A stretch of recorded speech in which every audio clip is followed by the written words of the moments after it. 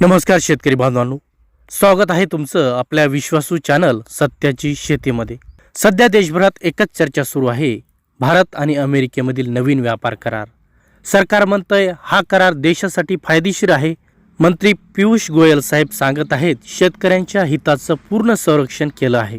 पण शेतकरी बांधवांनो, जरा बारकाईने ऐकलं तर अनेक प्रश्न उभे राहतात। कारण त्या पत्रकार परिषदेतच त्यांनी सांगितलं काही वस्तूंच्या आयात खुली केली आहेत।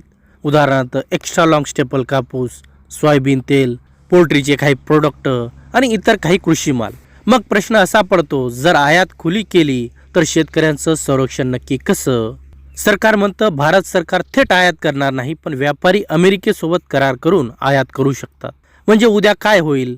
भारतातील व्यापारी अमेरिकेतून सोयाबीन आणतील, मका आणतील, दुधाचे प्रोडक्ट आणतील, पोल्ट्री आणतील आणि जेव्हा भारतात स्वस्त आयात येईल तेव्हा भारतीय शेतकऱ्याच्या मालाला भाव कोण देणार? आजचं उदाहरण बघा, अमेरिकेत सोयाबीनचा भाव $11 प्रति बुशेल, मक्याचा भाव $5 प्रति बुशेल, कापसाचा जागतिक भावही कमी आणि इथे भारतात MSP वरही शेतकऱ्याला पूर्ण भाव मिळत नाही। बाजारात तर त्याहूनही कमी आहे। अमेरिकेतील शेतकऱ्यांना अब्जावधी डॉलरची सबसिडी मिळते, त्यामुळे ते स्वस्तात माल विकतात। आणि जर तो माल भारतात आला तर भारतीय शेतकरी स्पर्धा कशी करणार? सरकार सांगतं आपल्याला अमेरिकेची मोठी बाजारपेठ मिळेल, $90,000 पर कॅपिटा इन्कम असलेला देश आहे।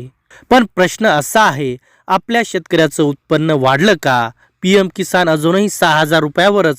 मजुरांची मंजुरी वाढली, MSP वर हमीभाव मिळते का? 2047ला भारत विकसित होईल म्हणतात, $30 ट्रिलियन इकॉनॉमी होईल म्हणतात, पण त्या विकसित भारतात शेतकऱ्याचं स्थान काय असेल? शेतकरी श्रीमंत होणार का की फक्त बाजार खुला होणार? आज शेतकरी एवढा थकला आहे की तो म्हणतो जे मिळालं ते ठीक, जे नाही मिळालं त्याचं दुःख करून काय फायदा? पण सत्य इतकंच आहे, देश विकसित होणार असेल तर शेतकरी मजबूत हवा। शेतकरी वाचला तरच बाजार वाचेल, शेतकरी टिकला तरच अर्थव्यवस्था टिकेल। म्हणून सरकारने स्पष्ट सांगावं, या करारात शेतकऱ्याचं खरंच संरक्षण आहे का की फक्त बाजारपेठ खुली केली जाते? याच विचारासह जय जवान जय किसान। आपण जर या चॅनलवर नवीन असाल तर सत्याची शेती या चॅनलला सबस्क्राईब करा, व्हिडिओला लाईक आणि शेअर करा। धन्यवाद।